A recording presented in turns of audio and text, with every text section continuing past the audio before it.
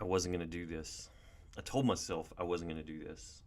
But after the Supreme Court's decision recently on tariffs, I feel that we must do this. We need to talk about the debt crisis and what is looming ahead of us and how it relates to the fourth turning theory. It's going to be an interesting one. Before we get in, I want to talk about a song that I heard on the radio the other day, well, on Spotify because it knows my favorites. And yes, it is an 80s power ballad. It's called When the Children Cries by a band named White Lion. Most of you, especially if you're a millennial and you're listening because you're a hero, you've probably never heard the song. White Lion, When the Children Cry. And it is all about the bill that the boomers are handing the next generation. What have we become? Just look at what we've done. All that we destroyed, you must build again, are some of the lyrics from that song. And I think that's exactly what it is.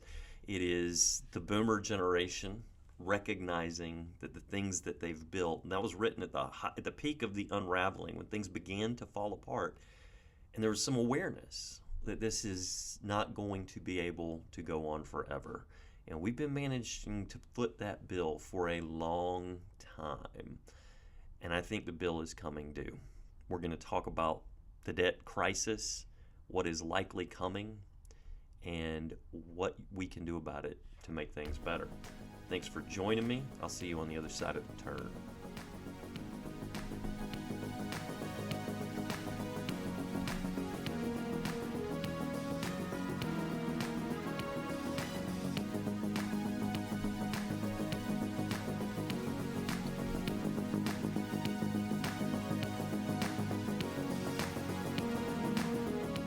It's so easy to get lost in the noise, to be consumed by the outrage, the anger, and the constant hum of fear. But if you look past the chaos, you find a landscape of raw mechanics and hard truths, the things that don't change, even when everything else is on fire. I'm Jared Lee. I don't focus on the friction of the moment. I'm looking at the wider ground that makes the struggle inevitable. This is the whole field of battle.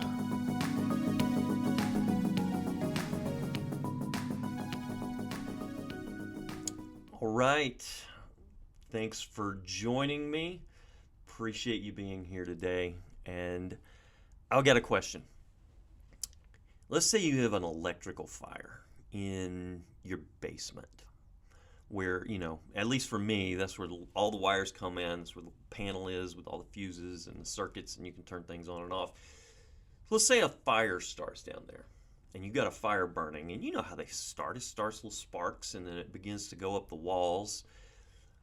When that happens, do you call an electrician, or do you get your family and your dog and your cat and your hamster and get out of the house and call the fire department? Which one would you most likely do? See, where we sit right now, and I'm going to show you through this next few minutes as we talk about this together, but where we sit right now, the house is on fire. We have an electrical fire. And there are people who are being electricians trying to fix the electricity while the house is burning down. That's where we are.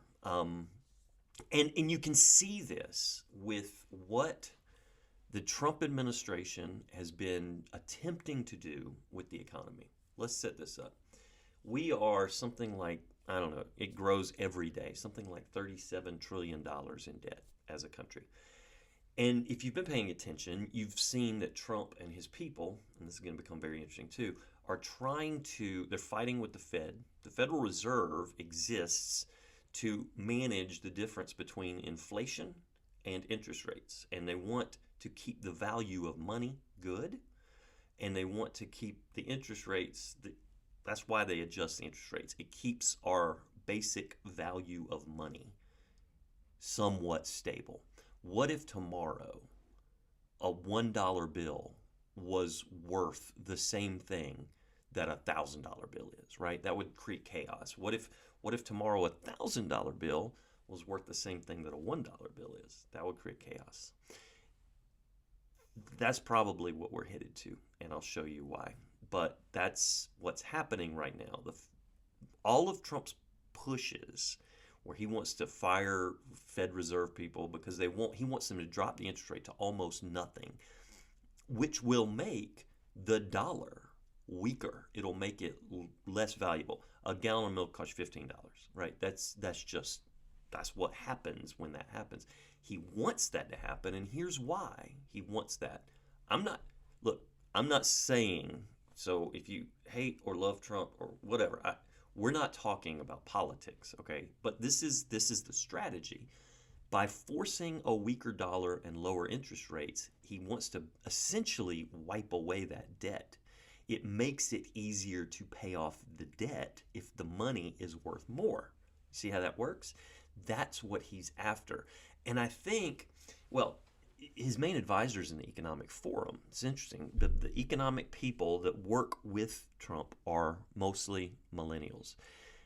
We've talked about this. We talked about the generational cycle. The millennials are willing to tear down an old system.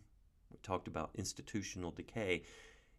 The system is falling, the house is on fire, and the millennials in the government and on his economic team are essentially trying to get everyone out of the house. Now they are betting on AI. That's the bet. If we can drop the interest rate, weaken the dollar, make the dollar worthless or almost, then AI comes in, and they're working really hard right now to bring in companies that are making AI equipment. We got $230-some billion worth of manufacturing happening in Ohio alone right now in order to try to prep for this AI boom that they're expecting the economy to get.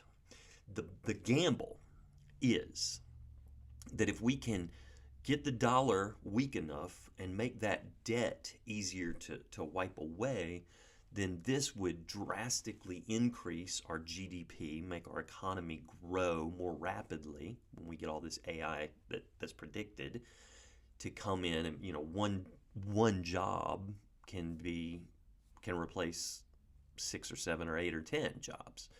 It's not jobs, it's money flowing in, it's productivity, it's the top level economy that they're trying to rescue right now because they see this reality. $37 trillion is too much to pay off. We are now just the interest on America's debt that we have to pay every year. We have to pay the interest, right? You got a mortgage, you got a home equity loan, okay? If you've got a home equity loan, usually you can get away with not paying the payments. They don't care if you pay it down, but every month you've got to write a check at least to cover the interest that was accrued that month. That's the way that works. That amount of money on our national debt costs more per year than the entire defense budget. And the debt is growing every year. Exponentially. It just keeps growing. I think Trump and his millennial advisors know that this is an unsustainable situation. We cannot keep borrowing money when we are losing the ability to even pay the interest payments on the debt that we carry. That's what they're trying to solve. If we lower interest rates, we make the dollar weaker, yeah, people hurt, but not as bad as they'll hurt if the U.S. government has to look at the world and say, we can't pay our debt. That'll really hurt.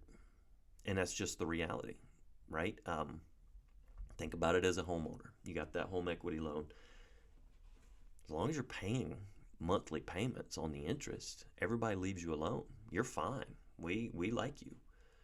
The moment that those monthly interest payments grow so much that it's beyond your income, you can't possibly pay it. And you tell the bank, I can't pay that. I can't even pay the interest anymore. You know what the bank's going to do, right? They're going to come and take your house. Everything. Then you lose everything. But if you can make the dollar weaker and you can pay off that interest, and then you can pay down the debt, and you can start a home business so you're making a little more money. It makes the debt easier to pay off, and you get out of the problem.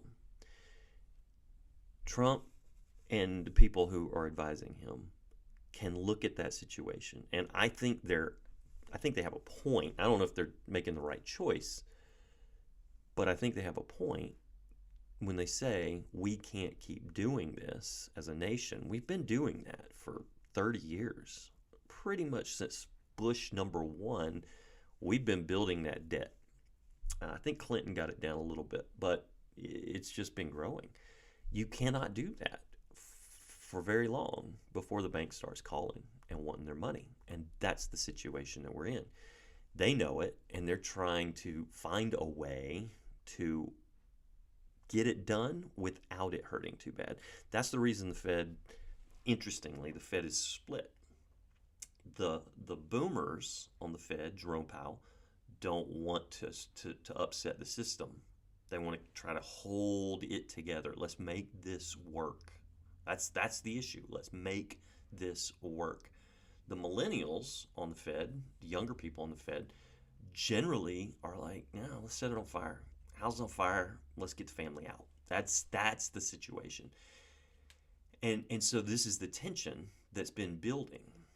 And then the Supreme Court, and the tariffs played a role in that, right? The tariff was again, I'm not standing with anybody. I'm evaluating. So don't hear me. I know we all hate the tariffs, okay? It costs more money. Why do we don't want to spend more money on cheap imported goods from China. We don't want to do that, right?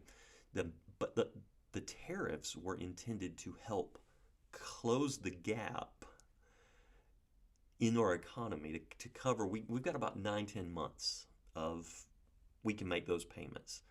And then until the AI boom hits that we're counting on, we're not going to be able to make the payments anymore. And the tariff income that the federal government was getting was supposed to cover that gap.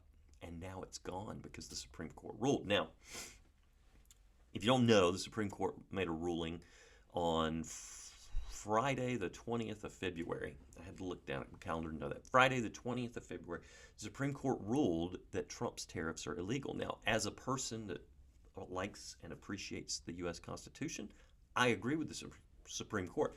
I'll stand on that one. That I think, again, and this is also a fascinating winter cycle reality, every single president since Clinton has signed more executive orders than the previous one. The power in the top deck of the institution keeps getting bigger and more massive.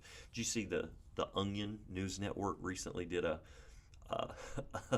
article on how archaeologists discovered the U.S. Capitol building and found that at one time it was a place where laws were made? It's obviously a joke, but it's not that far from one, because Congress is becoming more and more hesitant to do their job and allowing presidents, and it's not just Trump, every president has created more executive orders, basically creating more laws, writing more laws than their predecessor. That's not their job. The Constitution never asks a president to create a law. It's the job of Congress. So in the Supreme Court's ruling, they said the president does not have that authority. As a person that likes the Constitution, I agree with them. I also see what Trump was doing with the tariffs, trying to close that gap and pay off the debt for a little longer. But it is fascinating. Again, I'm a fan of the U.S. Constitution, and I hope it makes it into the next high and we can continue to use it as a foundation to build on. I think it's one of the greatest things humanity has ever come up with as a form of self-government. But even you can see the Strauss-Howe theory play out even in this. The Supreme Court is upholding the old order. That's what's happening. This is institution. The old institution that has served us so well for so long needs to continue. I think that's probably a good thing, okay? Like I said, I'm not defending Trump's actions, but you can see how these themes are playing out right in front of our very eyes. So that gap is now not going to get covered. The court is going back to the old days to try to carry those forward, and the millennials are pushing to try to make sure that this climax doesn't hurt too bad.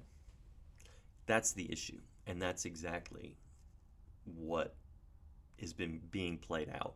The tariffs existed to attempt to get us through the lowest of the low, to wipe away the debt, or at least much of it, and get us into an era where we could have the AI tech boom that we all think is coming, increase our gross domestic product, get our economy stronger so that we can more effectively cover our debts.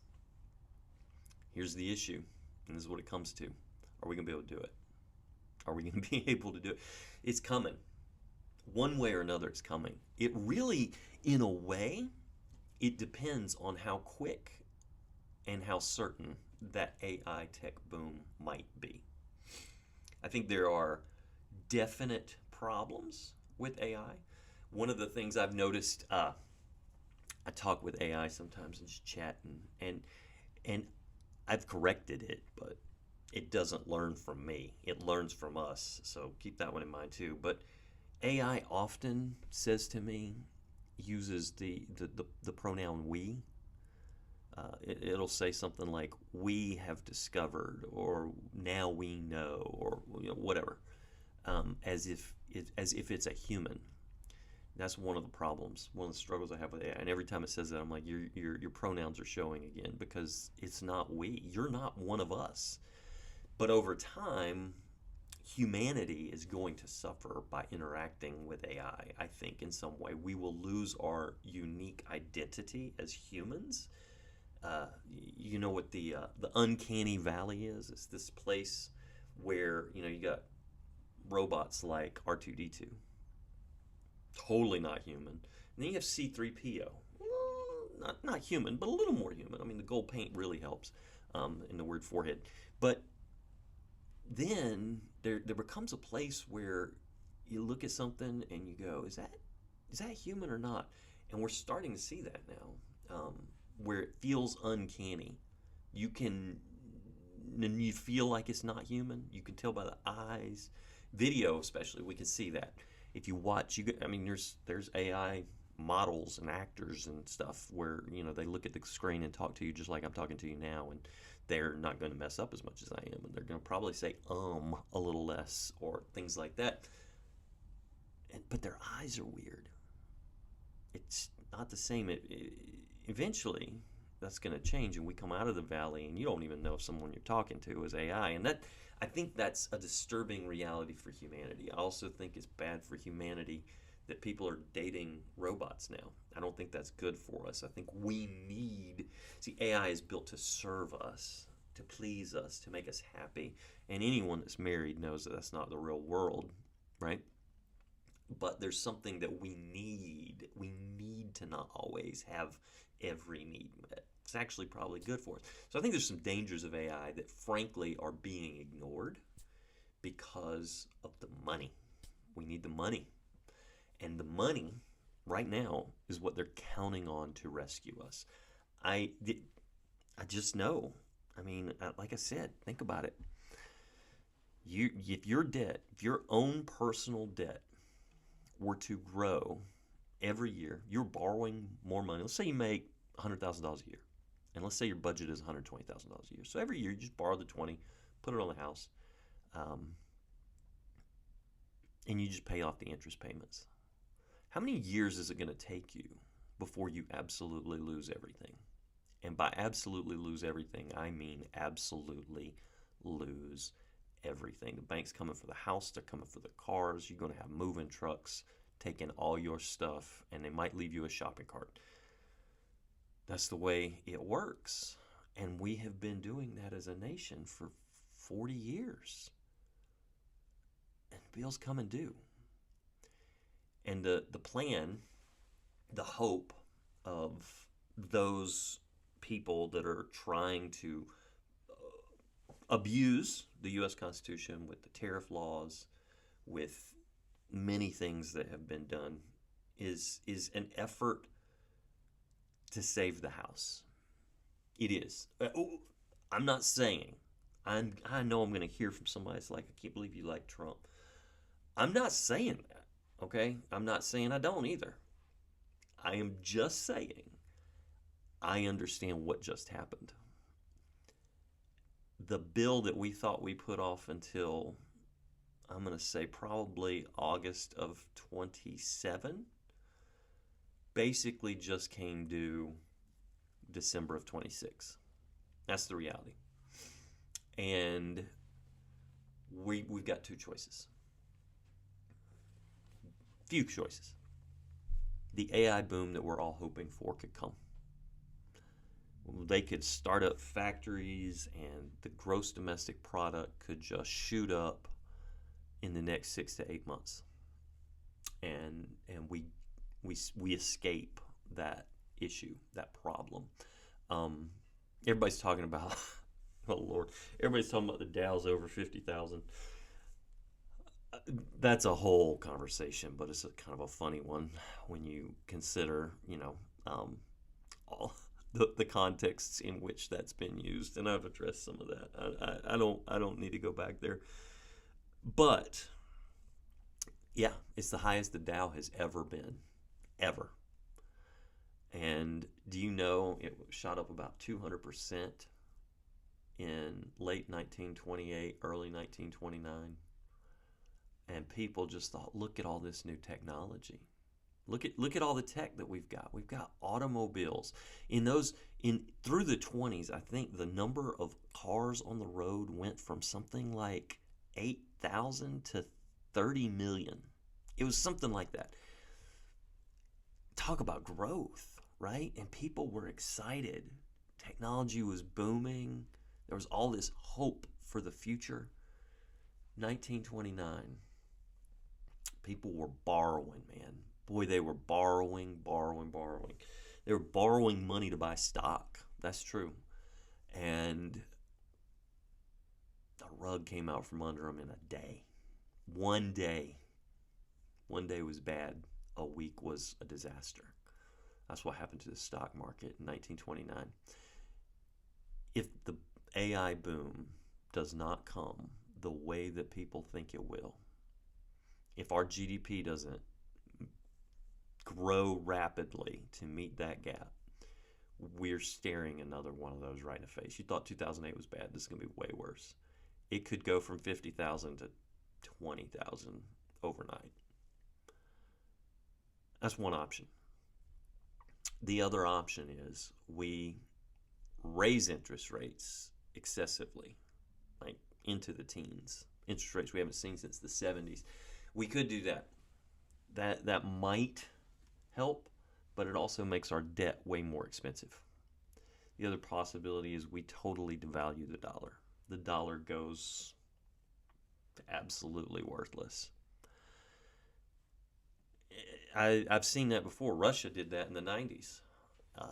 Britain has done that years ago. Germany did that before World War II, where their currency becomes, it's better to burn it for heat, really. And that could happen. It's happened before all over the world. It could happen to us. And right now, the US dollar, this is one thing that's saving us from that. The US dollar is the stable global coin. That's what's used in trade. You export and import. So if Indians want to sell something to the Chinese, they can trade in US dollars. And they have for about 80 years.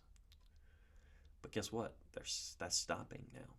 There are cryptos that are being used for that kind of exchange. There's a group of countries that's only just in the last few months established something called the BRICS unit. The BRICS unit is a new currency that built on a valuation between gold and about 7 or 8 different countries' currency values, and that holds that currency's value stable. That BRICS unit is now being used, anticipated certainly to be used, between dozens Dozens of countries will be trading in that currency, probably exclusively, within about a year. So let's say you've got alternative currencies that have a value that you can kind of count on being this value, right? And you've got the US dollar.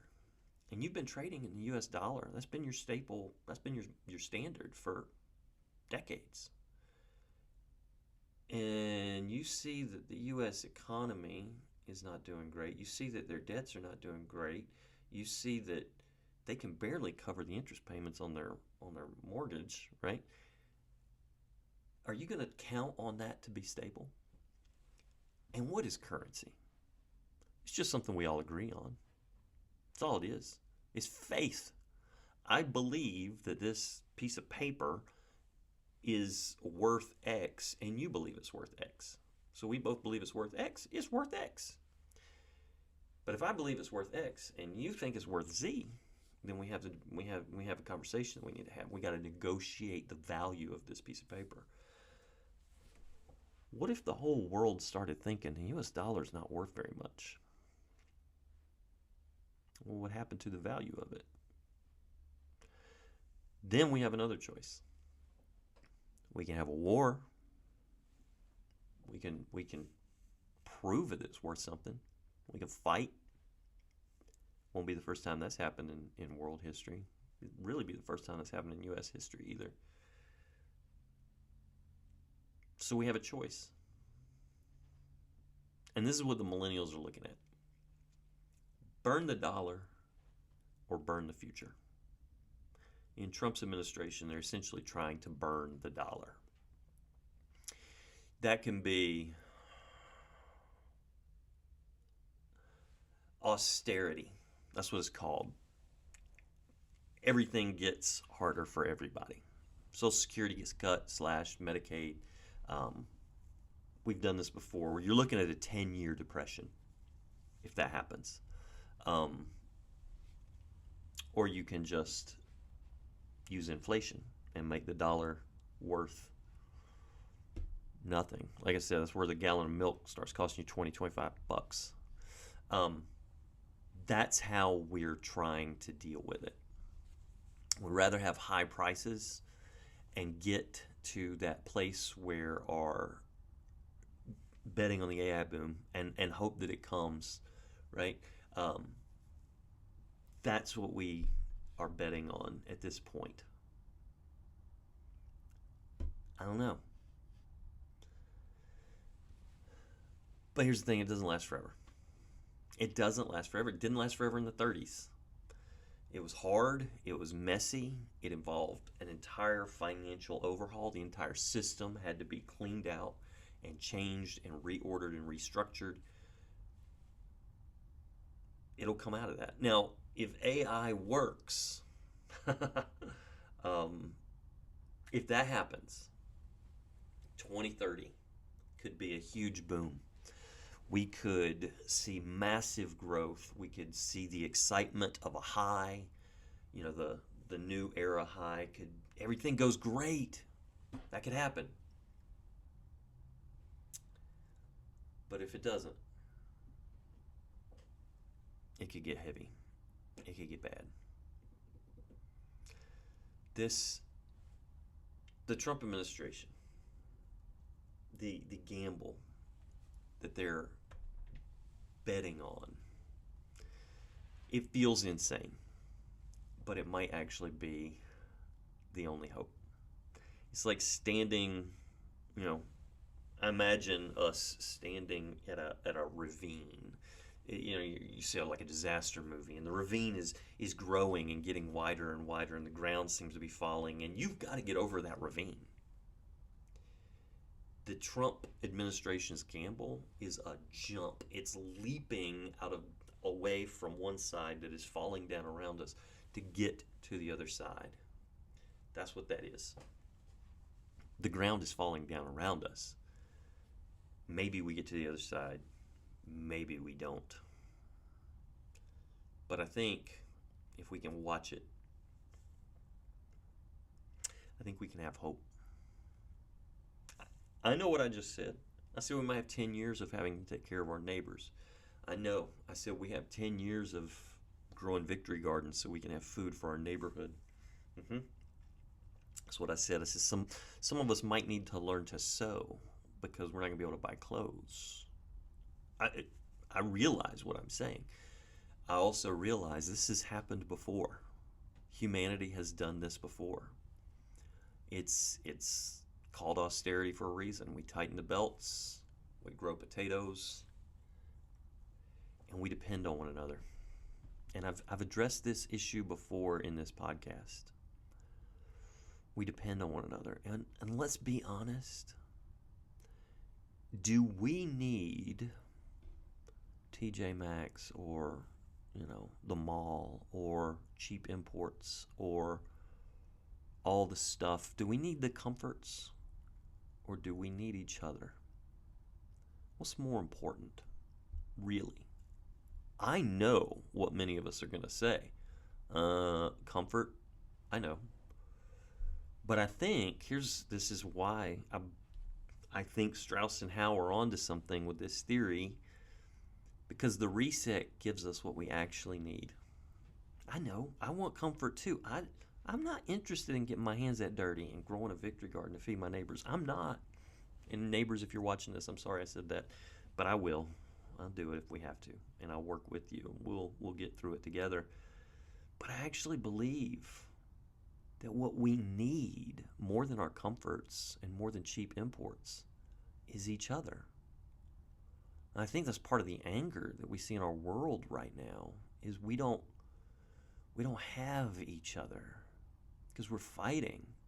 We're at each other's throats, and the whole world seems to be mad at everybody else, and all the while we're actually standing on ground that's falling out from underneath us, and we're trying to get over to the other side. And whatever happens, I actually believe that out of the ashes of this all, I think we'll find each other again. I really do believe that. And I think that to me, that feels good. To me, that's hopeful, right? Because when I look at the world, the hopelessness of it, it's not the debt. It's not poverty. It's anger and hatred. That's what I think the real hopelessness is. I think that's what causes most of us anxiety and fear, is that we're fighting and clawing at one another to manage our comfort level, when really sacrificing our comfort level for one another will actually feed our souls in ways that comfort never can. I believe that. I believe that wholeheartedly. But it also looks really hard to walk into. And so, perhaps the system is designed to show us what we really need, to give us what we really need by taking away the things that we want. I think I'm believing that. I think I'm holding on to that hope. In fact, I'm pretty sure that's what it is. I think that there is a creator who loves us, who says you don't need the cheap imports. You need one another. So I'll take away the cheap imports and drive you to one another. It sounds unpleasant, but in the end of the day, I actually think it's probably better for us. Think on that. We'll talk soon. Hope you have a great day.